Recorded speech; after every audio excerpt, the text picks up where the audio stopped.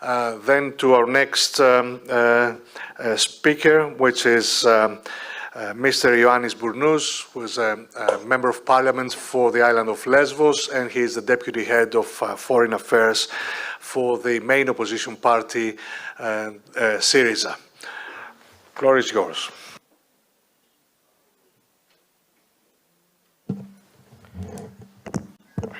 First of all, allow me to thank the organizers for the invitation.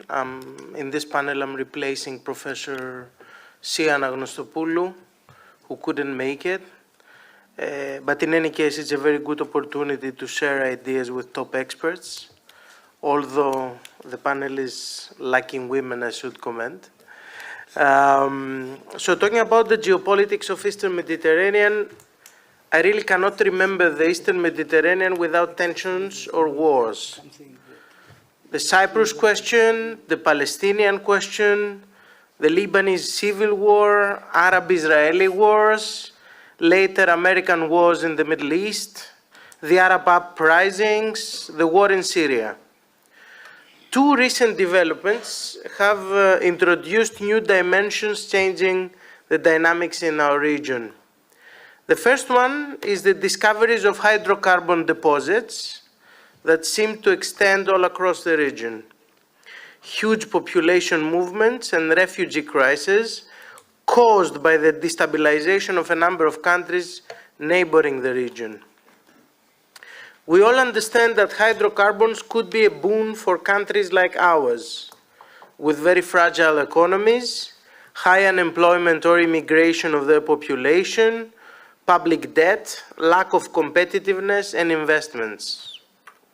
But we know that hydrocarbons are all too often a source of risks and tensions, as well as military conflicts. What is certain is that they are rearranging and redefining interests and concerns, the foreign and security policy of everyone. It is also certain that the region is affected by new destabilization in neighboring regions. The war in Ukraine, Putin's revisionism, the tensions in the Caucasus, the new balance that seems to be forming in the zone between Russia and the Middle East, as well as the new energy situation. Does anyone believe that the sanctions against Russia will be lifted soon? That the energy embargo on Russian hydrocarbons will end soon? 80% of Russian gas exports went to Europe. We do not yet know whether in the long run this market will be entirely lost to Russia or just a part of it. But it is rather certain that there's no return to the previous situation, where energy imports were seen as a means of building trust with Russia and bringing it closer to the political and economic structure of Europe. No major country in Europe will allow itself again to become dependent on Russian energy. Even with a full restoration of relations, prior history will influence decisions. That is how we move in a renewed interest in the hydrocarbons of the Eastern Mediterranean, an interest that I predict will be more permanent.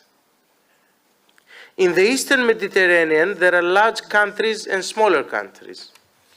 Countries with varied international influence, with militaries powerful or not so powerful. It is understandable that some will be tempted to use their power to improve their position and to get a bigger share than what is fair. It is always possible for geopolitical rivalries to turn violent. But I think that everyone understands, and we should agree, that the war in Ukraine proves it, that the use of force is always a miscalculation with totally unpredictable consequences. We're fortunate to have tools in our hands: international law, the law of the sea, the International Court in The Hague. These can provide a fair solution to all regional disputes. After all, news of the Israel-Lebanon agreement was some of the best news in a long time. The EU and the US must play a constructive role, especially the European Union, that is and will be the main destination for both migration flows and regional hydrocarbons. Europe's prosperity and stability is connected to the prosperity and stability of our region. I think that the European Union's shift towards a policy of strategic autonomy will soon translate into a more active presence in the region and into constructive initiatives of cooperation and conflict resolution.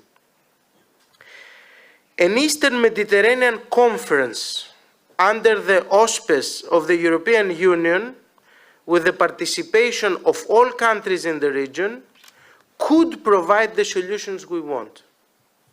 The agenda should include the settlement of maritime zones, security, environmental externalities resulting from hydrocarbon extracting, and migration flows.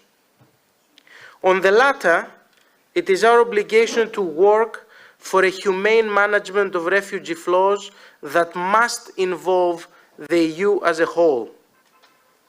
Our countries are transit countries. The destination countries are in the prosperous Northern Europe. Greece, as a member of the European Union and a transit country, must fight for a European collective management of migration and asylum applications, with mandatory solidarity between member states and fair, proportional responsibility sharing. All our countries together must push for this. They cannot be punished for their geographical position or become vast refugee prisons at the borders of the European Union. In other words, and to sum up, we need to get along with each other first.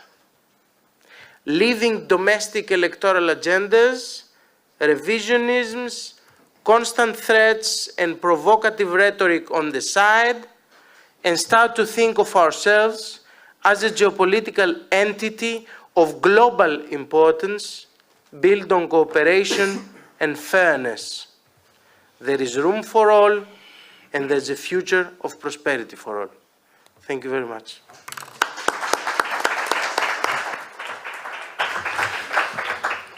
Well, thank you very much for, among other things,